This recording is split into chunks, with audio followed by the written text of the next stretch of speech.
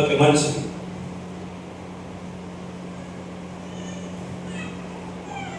ఆత్మలనగా దేవుని నుండి ఇవ్వబడిందని తెలుసుకున్నాం. రెండవది, ఆత్మలను ఎందుకు సంపాదించాలి? ఎందుకు సంపాదించాలి? దేవుని జీవాత్మ కలిగిన మనిషిని, దేవుని ఆత్మ పంచుకున్న మనిషిని, దేవునికి సంబంధించిన ఆత్మ కలిగిన ఆత్మలను ఎందుకు సంపాదించాలి? డబ్బు ఎందుకు సంపాదించాలా? అవసరాలు తీర్చుకోవడానికి. ఇది మామూలు పెద్ద మర్మమేగా. డబ్బులు ఎందుకు సంపాదించాలా? అవసరాలు తీర్చుకోవడానికి. జ్ఞానం ఎందుకు సంపాదించాలా? తెలియదు అమాయకులా? జ్ఞానం ఎందుకు సంపాదించాలి? బ్రతుకు తెరువు కోసం. జ్ఞానం లేకపోతే పని చేస్తామా? ఉద్యోగాలు వస్తాయి సింపుల్ గా. జ్ఞానం ఎందుకు సంపాదించాలా? పని సంపాదించుకోవడానికి. పని ఎందుకు సంపాదించాలా? డబ్బు సంపాదించుకోవడానికి. డబ్బులు ఎందుకు సంపాదించాలా? పొట్టపొట్టి కోసం. కోటి విద్యలు. మరి ఆత్మలు ఎందుకు సంపాదించాలా? అంత అవసరం ఏముంది నాకు? చర్చికి వచ్చి పోతే సరిపోదా? పాటలు పాడిపోతే సరిపోదా? ఆరాధన చేసి సరిపోదా? కానికేసిపోతే సరిపోదా? దశమాలు ఇచ్చి సరిపోదా? సంఘంలో అన్ని కార్యక్రమాలు అటెండ్ అయితే సరిపోదా? మళ్ళీ ఆత్మలు కూడా సంపాదించాలా? అంత అవసరం నాకేముంది? అది తెలియకనే ఈరోజు చాలా మంది విశ్వాసులు నిమ్మకు నీరెత్తినట్టుగా విశ్వాసులనే బతుకుతున్నారు. ఎందుకు ఆత్మలు సంపాదించాలంటే దాంట్లో స్మాల్ ఏ రాసుకో. ఆత్మలు ఎందుకు సంపాదించాలనే దాంట్లో స్మాల్ ఏ రాసుకోండి, మనం వివరిస్తాం. ఏ బి సి 3 రాసుకో.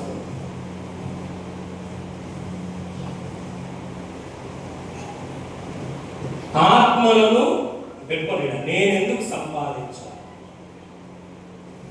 ఏ, ఆత్మలు అమ్మబడినవి, నశించిపోయినవి కనుక. ఆత్మలు అమ్మబడినవి రాసుకోండి.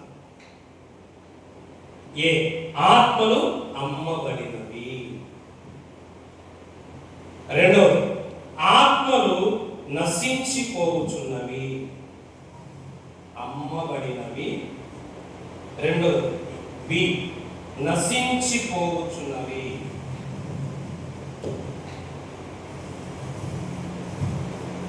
మూడవది, ఆత్మలు ఎందుకు సంపాదించాలి? ఆత్మలు అమ్మబడినవి. ఎవరికో తర్వాత చెప్తా. ఆత్మలు నశించిపోతున్నవి ఎందుకో తర్వాత చెప్తా. సి, ఆత్మల గురించి నేనే లెక్క చెప్పాలా? మా భాస్కర్ గారు, మా భాస్కమ్మ గారు నేను చెప్పాలి. నశించే ఆత్మల గురించి. సి, ఆత్మల గురించి నేనే లెక్క చెప్పాలా? అందుకు ఆత్మలు సంపాదించాలి. డి, మనుష్యుని యొక్క ఆత్మ దేవుని దృష్టిలో చాలా విలువైనది. మనిషి యొక్క ఆత్మ దేవుని దృష్టిలో చాలా విలువైంది. అందుకే ఆత్మను సంపాదించాలి. ఈరోజు ఈ జ్ఞానము లేకనే చాలా మంది విశ్వాసులు, సంఘ పెద్దలు, పరిచారకులు ఆత్మల సంపాదనలో అడుగు కూడా వేయలేకపోతున్నారు. ఎందుకంటే ఆత్మ విలువ, డబ్బు విలువ తెలిసిన ఎప్పుడు డబ్బు చుట్టే తిరుగుతాడు. తెలుసా? డబ్బు విలువ తెలిసిన ఎప్పుడు డబ్బు చుట్టే తిరుగుతాడు. చదువు విలువ తెలిసిన ఎప్పుడు చదువు చుట్టే తిరుగుతాడు. మా పాపకు కరోనాకు ముందు 2 ఏళ్ల ముందు డెంగ్యూ వచ్చి వీళ్ళకు రక్త కణాలన్నీ తగ్గిపోయి చాలా మరి పూర్తిగా తగ్గిపోయింది. హాస్పిటల్లో చేర్చిన నేను ఆ రోజు ఆదివారం రాజు, మా రాజు ఉన్నాడు. ఆ రాజు బిఎస్ నర్సింగ్ అంటే ఆయన చూసుకున్నాడు. ఒకరు ఆరాధన అయిపోయాక నేను వెళ్ళాను. మా కొంచెం అమౌంట్ ఎక్కువ రూమ్ ఇచ్చినారు. ఇంకో పిల్లోడు వానికి ఇంకా జాయిన్ చేసుకోలేదు, పేరు రాసుకొని హాల్లో పెట్టారు. వాడు ఏడుస్తున్నాడు పోగాలు పెట్టి. ఎంత ఏడుస్తున్నాడంటే డాక్టర్ వచ్చి, నర్సు వచ్చి అరుస్తుంది. అసలు ఏమనుకునేవా? ఎందుకంటే ఏడుస్తున్నాడు. వాళ్ళ అమ్మ వచ్చి ఏమో పిల్లలు ఏడుస్తున్నాడు. సూదంటే భయమా? కాదు. మందులు ఎప్పించుకోరా? కాదు. సెలవు పెడతారు కా స్కూల్ పోవాలి. నాకు ఆశ్చర్యం వేసింది. స్కూల్ పోవాలి, నాకు పాఠం పోతుంది. చదువు పిచ్చోళ్ళు వీళ్ళ చెప్పారు, చూడు వాడు చదువు ఎంతున్నాడు సార్, గణితమైన నాకు ఈరోజు క్లాస్ పోతుంది, నాకు ఈరోజు చదువు పోతుంది, నాకు హోంవర్క్ ఎక్కువ. ఈరోజు ఆ కాన్షియస్ క్రైస్తవులకు లేకపోవడం చాలా విచారం.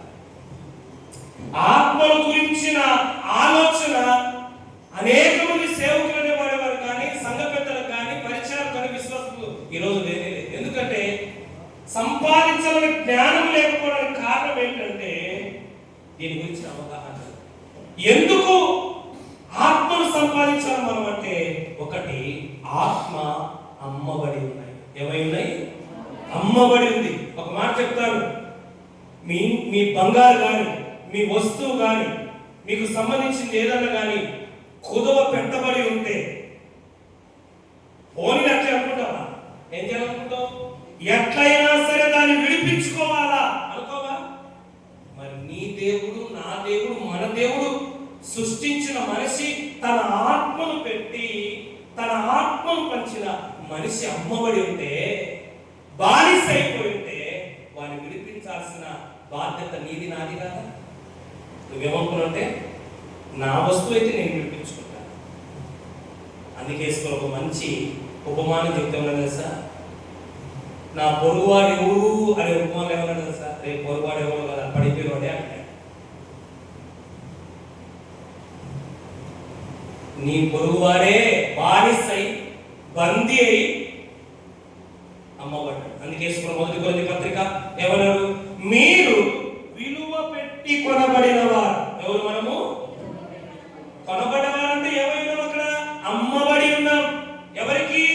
నెంబర్ 1 సాతానుకు అమ్మబడి ఉన్నాం. నెంబర్ 2 పాపానికి అమ్మబడి ఉన్నాం.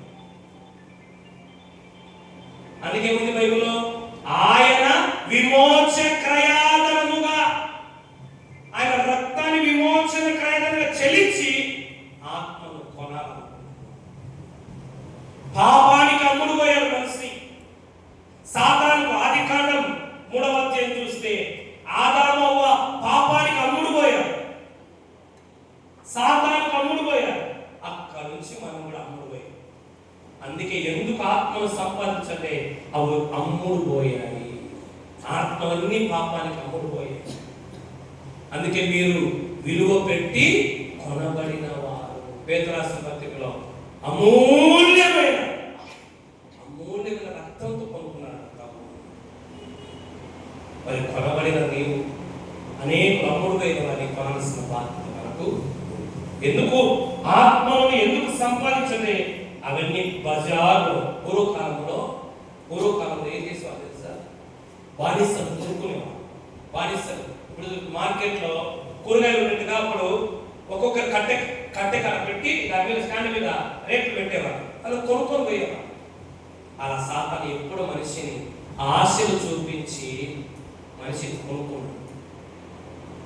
అందుకే ఈరోజు క్రైస్తవులైన ప్రతి ఒక్కరు కూడా ఎందుకు ఆత్మను సంపాదించండి? దేవుని సొమ్ము దేవుని కాపాడమైంది. మీ సొమ్ము మీది కాకుండా ఎవరైనా దేవుడి దగ్గర ఉంటే మీరు నిద్ర పడుతుందే? మరి తండ్రి అయిన దేవుడికి నిద్ర లేకుండా నేను కాపాడువాడు కొనుక్కొని నిద్రలు ఎందుకు నిద్ర లేదు? అందరూ అమ్ముడు పోయారు. ఇంకా నిద్ర ఎందుకు వస్తుంది? ఆయన సొమ్మే ఆయన దగ్గర లేదు, ఆయన సొత్తే ఆయన దగ్గర లేదు, ఆయన వస్తువులే దగ్గర నిద్ర వస్తుంది. నన్ను కాపాడు నిద్రపోడు ఎందుకు నిద్రపోడు? ఎందుకు రాదు నిద్ర? తన పిల్లలే అమ్ముడు పోయింటే నిద్ర ఎందుకు వస్తుంది? ఉదాహరణ చెప్తానా? 2వ రాజుల గ్రంథం ఉదాహరణ 2వ రాజుల గ్రంథము 2వ రాజు 4వ అధ్యాయం. నేను రెఫరెన్స్ చెప్తున్నా కానీ రెఫరెన్స్ చెప్పడం లేదు. రెఫరెన్స్ లో చదువుతున్నా, రెఫరెన్స్ మాత్రం ఎందుకు చెప్పలే? మీరు రాసుకోవాలి. 2వ రాజుల గ్రంథము 4వ అధ్యాయం చదువుతా. సందర్భం చెప్తాను, అందుకే సందర్భాలు చెప్తాను. మనం అన్ని చెప్పిన టైం ఉండదు కనుక సందర్భాలు మీకు చెప్తా పోతాను. మీరు సందర్భం రాసుకోండి, రెఫరెన్స్ ఇంటి మీద రాసుకోండి. 4వ అధ్యాయం 1 నుంచి 6 వరకు ఏం రాస్తున్నారు? ఒక వ్యక్తి చనిపోతాడు, ఒక సేవకుడు చనిపోతాడు, భార్య ఇద్దరు కొడుకులు ఉంటారు. అప్పుడు వాడు వచ్చేవాడు తెలుసా, కట్టగతికి ఇద్దరు కొడుకులు తీసుకుపోతారు. తల్లికి నిద్ర వస్తే కని పెంచిన బిడ్డలు కళ్ళ కనపడకుండా ఎవరో వచ్చి తీసుకొని తల్లికి నిద్ర వస్తే, అందుకే ప్రవక్త దగ్గరికి, అయ్యా నాకు డబ్బులు కావాలి, ఎందుకంటే నా కొడుకులు అమ్ముడు పోతారు, బానిసలు. ఈరోజు సృష్టికర్త అయిన దేవుడు తన పిల్లలు అమ్ముడు పోయి బానిసలై తన దగ్గర రాజులుగా బతకాల్సిన వాళ్ళు సాతాను దగ్గర కీలుబొమ్మలు అయిపోయినారు. తన దగ్గర రాజులుగా బతకాల్సిన వాళ్ళు పాపం చేత కీలుబొమ్మలు అయితే నిద్ర ఎందుకు వస్తుంది? అందుకే అమ్ముడు పోయిన ఆత్మలను మనం సంపాదించి తిరిగి ఆయన చేతుల్లో పెట్టాలా. ఇదిగో ప్రభా, నీ సొత్తు నీ దగ్గరే ఉంటుకో. ఎంత గొప్ప విషయం, ఎంత గొప్ప విషయం. రెండవది ఎందుకు ఆత్మలు సంపాదించాలంటే ఆత్మలు నశించిపోతారు. ఏమైపోతున్నాయి? నశించిపోతాయి. లూకా సువార్త 19:10. నశించిన దానిని వెదికి రక్షించుటకు మనుష్య కుమారుడు. మనిషి నశించిపోతాడు. మన ఇంట్లో ఎవరైనా రోజుకు కృషించిపోతా ఉంటే మనకు బాధేది. మన బిడ్డలే ఉన్నారు, రోజులు తినడం లే, తాగడం లే, కృషించిపోతున్నారు, బలహీన పడిపోతున్నారు. మనకు సంతోషం ఉంటుందే? నీకు తినబుద్ధి అవుతుందే, నిద్రబుద్ధి అవుతుందే, పని చేసుబుద్ధి అవుతుందే? ఎందుకు? మన కళ్ళ ఉన్నది. మన సృష్టికర్త అయిన దేవుడు తన పిల్లలందరూ నశించిపోతా ఉంటే ఆయన పరిస్థితి. అందుకే నశించిపోతున్నారు కనుక వారిని మనము రక్షణలోకి నడిపించాలి. ఎందుకు నశించిపోతున్నారు? దేవుడు, నా జనులు జ్ఞానము లేకయే నశించిపోతున్నారు. నా జనులు జ్ఞానం లేకయే నశించిపోతున్నారు. యెషయా గ్రంథం, అయ్యో నేను నశించి తిని అపవిత్రమైన పెదవులు గలవారిని. జ్ఞానం లేక అపవిత్రత వలన మనిషి నశించిపోతున్నారు. అందుకే ఆత్మను సంపాదించాలి.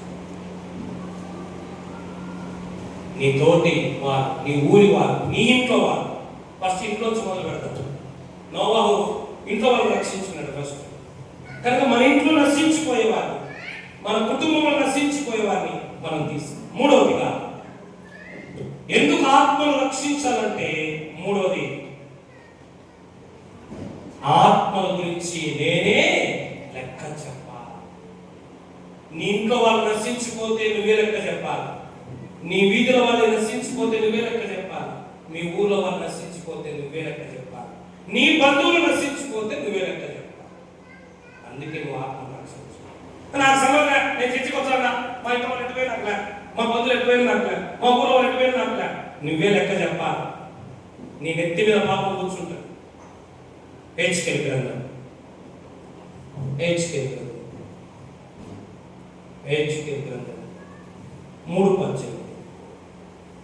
లూకా 10:19 మొదలుకొని 6.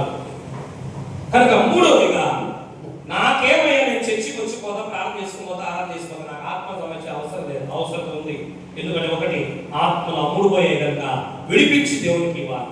రెండోది, ఆత్మలు నశించిపోతున్నాయి అపవిత్రత వలన, అజ్ఞానం వలన. కనుక నశించే వాటిని వెతికి రక్షించి ప్రభుత్వం. మూడోదిగా ఆత్మల గురించి నేనే లెక్క చెప్పాలి. చదివి రెడ్డింగ్తో బాగా గీసుకొని రౌండ్గా. ఎందుకంటే రేపు నీ నెత్తి మీద వాళ్ళ పాపము, వాళ్ళ తీర్పు, వాళ్ళ లెక్క నీ నెత్తి మీదనే దిష్టేసుకొని కూర్చోంటారు. చదవండి. 3:18, అవశ్యముగా నీవు మరణమగుదు అని నేను దుర్మార్గుని గురించి నువ్వు అతని హెచ్చరిక చేయకపోతే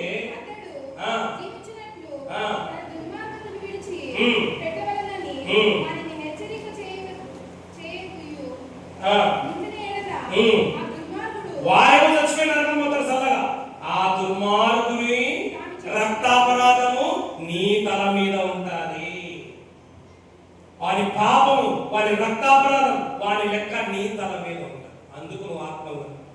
సంపాదించాలి. నాకెందుకు అబ్బా, నేను ఒక విశ్వాసంగా బతుకుతా? అసలు విశ్వాసం అంటేనే ఆత్మను సంపాదించకపోతే నీ నశించిపోయిన నీ ఇంట్లో వాళ్ళు, నశించిపోయిన నీ వీధిలో వాళ్ళు, నశించిపోయిన నీ ఊళ్ళో వాళ్ళు రక్తాపరాధం అంతా నీ నెత్తి మీద ఉంటుంది. అప్పుడు నువ్వు కూడా తీసుకురావాలి తీర్పు లేదు. ఈ రోజున ఈ లెక్కన ప్రతి చర్చిలో విశ్వాసికులు తల మీద ఏముంది? తైలాభిషేకం కాదు, రక్తం ఉంది, పాపం ఉంది, తీర్పు ఉంది. అభిషేకమా, ఆత్మాభిషేకమా. నా తల మీద నీ తల మీద ఏంటో తెలుసా? నా వైపు చూడండి. ఒక 2 సీక్రెట్స్ చెప్తా, నా వైపు చూడండి. లూకాసు వార్త 4, మత్తయి వార్త 4. ఏమో తెలుసా? యేసు ప్రభువు నిలబడి చెప్తాడు, నా మీద అభిషేకం ఉంది, నేను బీదలకు సువార్త ప్రకటించాను. అభిషేకం ఉందన్న కాన్సెప్ట్ ఉన్న ప్రతి ఒక్కరు సువార్త ప్రకటించని ప్రతి ఒక్కరి మీద ఉండేది తెలుసా? రక్తాపరాధం. ఇప్పుడు ప్రతి క్రైస్తవులు 99% ప్రతి సంఘంలో క్రైస్తవుల మీద ఏముంది? తైలాభిషేకం కాదు, అపరాధం ఉంది. రక్తాపరాధం, పాపాపరాధం. వారు అడగదు, నశించి నరకబోయి ఏమడగడు, వాడు సావాడు చెప్తారు. నిన్ను అడిగి నీ ఇంట్లో వాళ్ళు నశించిపోతుంటే, నీ వీధిలో వాళ్ళు, నీ ఊళ్ళో నశించిపోతుంటే ఒక్కరోజే చెప్పేవానికి ఇదా ఉదయము నేను ఎప్పుడు కూడా సేవింగ్ ఇంట్లోనే చేసుకుంటాను. పనిలో పని చాలా అయిందని కటింగ్తో పాటు సేవింగ్ చేసుకుంటాను. నేనేం మాట్లాడాను. నేను ఫస్ట్ నుంచి నా కూతురు చిన్నప్పటి నుంచి మెరుపు లేకుండా నిద్రపోతుంటేనే గుండె చేసినాడు. అంత పర్ఫెక్ట్ కటింగ్. అప్పటి నుంచి బాగా పరిచయం కనుక ఈరోజు మాట్లాడుతూ ఉన్నాను. గంట సేపు కూర్చున్నాను, మాట్లాడుతూ ఉన్నాను.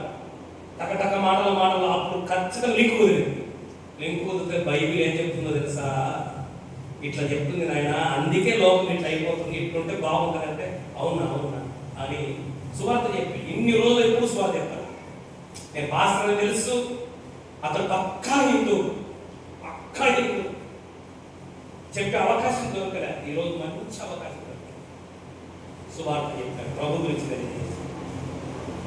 ఎందుకంటే రేపు మన రక్తాపరాధం మన మీద ఉంది. వాడు వింటాడా వినడా, నమ్ముతాడా నమ్మడా మనకు అవసరంగా. ఇక్కడ నుంచి మా వైపు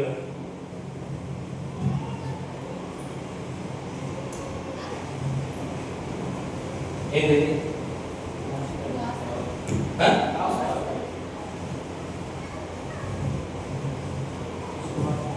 ఓకే, మళ్ళీ ఇంకా వెళ్ళిపోతారు, నేను తీసుకొని వస్తాను. ఒకటి ఏమైంది? ఆత్మలు ఎందుకు సంపాదించాలంటే ఆత్మలన్నీ అమ్మబడ్డాయి పాపానికి, సాతాను. రెండవది, ఆత్మలు అపవిత్రత వలన, అజ్ఞానం వలన నశించిపోతున్నాయి. మూడవది, ఆత్మల గురించి నేనే ఏం చెప్పాలా? లెక్క చెప్పాలా.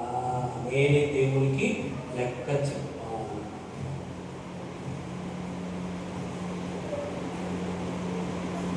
తర్వాత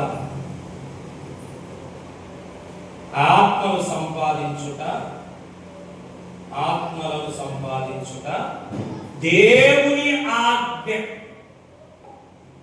ఆజ్ఞాతిక్రమం ప్రతి విశ్వాసి పాపే, ప్రతి సంఘపేత పాపే. ఎవరు ఆజ్ఞాతిక్రమించారు? పాస్టర్లైన మేము కూడా పాపమే. ఎప్పుడు ఆజ్ఞాతిక్రమిస్తే ఏమిటి ఆజ్ఞ? మార్కు సువార్త 15-16 ఆత్మను సంపాదించడం అన్నది దేవుని ఆజ్ఞ.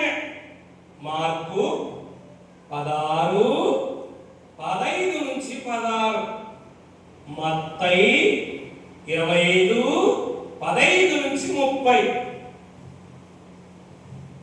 మళ్ళీ ఇంకా చెప్తే మీరు పాట పాడినట్టే నేను వాక్యం చెప్పాల్సి వస్తుంది. దేవుని స్తుతించుడి అన్నట్టు నేను వాక్యం. మత్తయి సువార్త 20.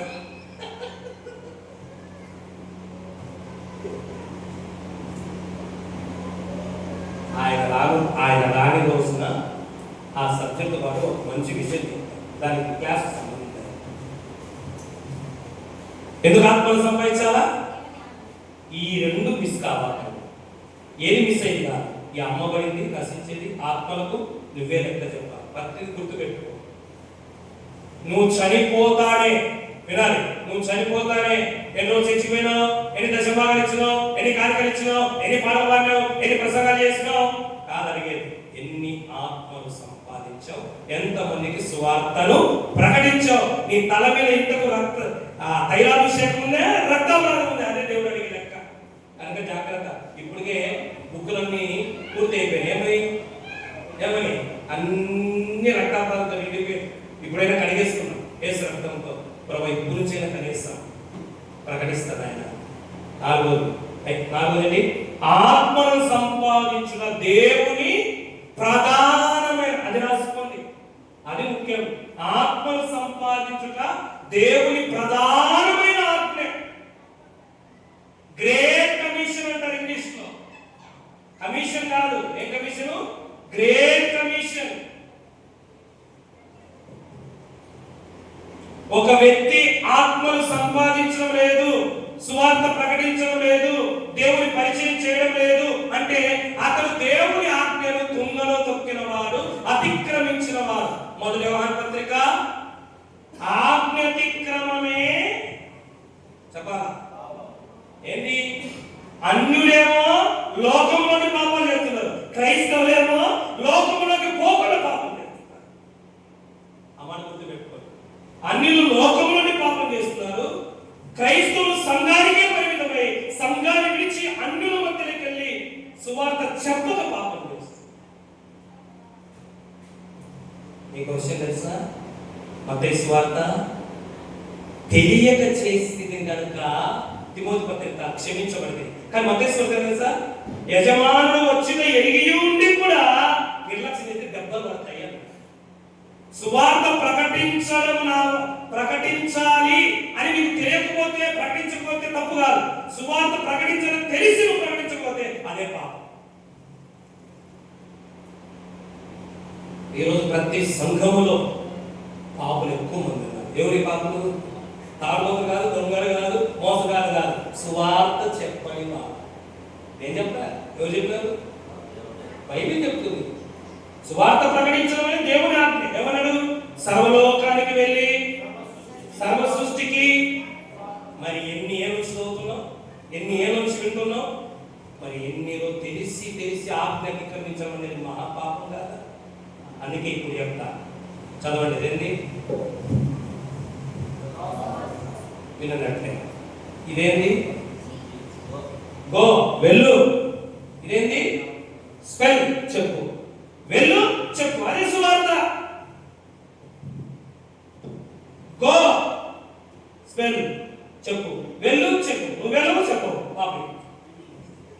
అంతే. వెళ్ళని ప్రతి ఒక్కరు పాపే, చెప్పని ప్రతి ఒక్కరు పాపే. బైబిల్ చెప్తుంది, బాబన్న చెప్పాలి. ఇది బాబన్న మాట కాదు, ఇది బైబిల్ మాట. మారాలి, సేవకులు మారాలి, విశ్వాసులు మారాలి. సేవకులు అంటే అందరి గురించి కాదు, సువార్త చెప్పరు. సువార్త కొన్ని కొత్త కొట్టించుకుంటా. నా వైపు చూడండి, కొత్తగా తెలిసినప్పుడు వద్దునే చెప్పి వేరు పోదాం. ఇస్సాకు బావి తవ్వగా అక్కడికి వచ్చి ఏం చేశారు ఫిలిస్తీయులు? మారాడా? బావిలో మారాడా? మళ్ళీ ఏం చేశాడు? మన గొడవ మారాడా? మళ్ళీ ఏం చేశాడు? అంటే అర్థం ఏంటో తెలుసా? కామన్ పాయింట్ ఏంటంటే గొడవ కామనే, తవ్వడం కామనే. గొడవ కామనే, తవ్వడం కామనే. కానీ విషయం ఏంటో తెలుసా? ఈ ఊళ్ళో చెప్పే అవకాశం లేదు. ఓకే, ఈ రోజు నుంచి దుమ్ము దులిపేసి వెళ్ళిపోతాం, ఇంకో ఊరు చెప్తాం. ఆడలేదు, ఇంకో ఊరు చెప్తాం. ఆడలేదు, ఇంకో ఊరు చెప్తాం. ఎందుకంటే దుమ్ము దులుపుకుంటా వాడు కూడా సువార్తే. కానీ తవ్వడం మన పాపమే. నిజం చెప్తున్నాను. రోమపత్రిక 10వ అధ్యాయం, ఒకడు ప్రకటించని ఎడలా, ప్రకటించకపోతే ఎట్లా ప్రజలకు దేవుని వార్త అందుతుంది? ఈరోజు సంతబా నేను భక్తి చేస్తున్నానబ్బా, నేను భక్తి చేస్తున్నా. ఎందుకు భక్తి? తండ్రిగా ఇంట్లో ఉంటే గొప్ప కాదు, పిల్లలు ఏం చేసుకోవాలా? పోషించుకోవాలి. క్రైస్తవులుగా ఉంటే గొప్ప కాదు, ఆత్మను పోషించాలి, సంపాదించాలి. అదే విషయం.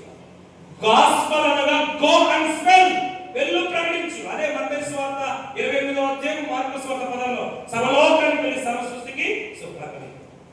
అందుకే మనం ఏ రోజు ఎప్పుడైతే సువార్త ఎడల మక్కువ తగ్గుతుందో మనం భ్రష్టులమైపోతున్నామని అర్థం. ఆత్మల సంపాదన యావ తగ్గుతుంది అంటే లోక యావ మనకు పెరుగుతా ఉంది. అందుకే ఆత్మల సంపాదన కంటే ఇప్పుడు ప్రపంచం అంటే ఏముంది? ఆస్తుల సంపాదన. మర్మం ఏంటంటే ఆత్మలు సంపాదిస్తూ పోతే ఆస్తులు వస్తానే వస్తాయి, తెలుసా? అవును. ఉదాహరణ, 10 మంది ఆత్మలు వచ్చారు అనుకోండి. 10 మంది 10 రూపాయలు ఇస్తే ఎంత? లెక్కలు రావు మీకు? నోరు తీసి చెప్పండి. 10 మంది ఆత్మలు వచ్చినారు. 10 మంది 10 రూపాయలు ఇస్తే ఎంత? 100 రూపాయలు. ఎగ్జాంపుల్, 100 రూపాయలలో 50 రూపీస్ ఫ్యామిలీకి వాడతారు, 50 రూపీస్ సంఘానికి వాడతారు. ఇంకెందుకు సేవ జరగదు? విషయం ఏంటంటే ఆత్మలు రాకూడదు, ఆస్తులు మాత్రం రావాలి. అదే ఏ పని? ఒకటి, అసలు పరిచర్య అనేది జరిగేదే సువార్త ద్వారా. యోహాను సువార్త 10వ అధ్యాయం రాసుకోవాలి, వచనం మీరే రాసుకోవాలి. నేను చెప్తా, వచనం ఏముందో నేను చెప్తా, కంఠస్థంగా చెప్తా. నేను అన్ని మీకు చెప్తా ఉంటా. రెఫరెన్స్ చెప్పాను, అదేముందో చెప్తాను. నేనే గొర్రెలకు పోవు ద్వారం, నా గొర్రెలు నా స్వరములను అవి లోపలికి వచ్చుచు బయటికి పోవచ్చున్నది. ఇప్పుడున్న గొర్రెల సంఘాలు అంటే తెలుసా? లోపలికి వస్తే బయటికి పో అని అర్థం తెలుసా? లోపలికి రావడం అంటే ఆరాధనకు రావడం, స్త్రీలకు రావడం, ఉపవాస ప్రార్థనకు రావడం. బయటికి పోవడం అంటే సువార్తకు పోవడం. ఈరోజు గొర్రెలు లోపల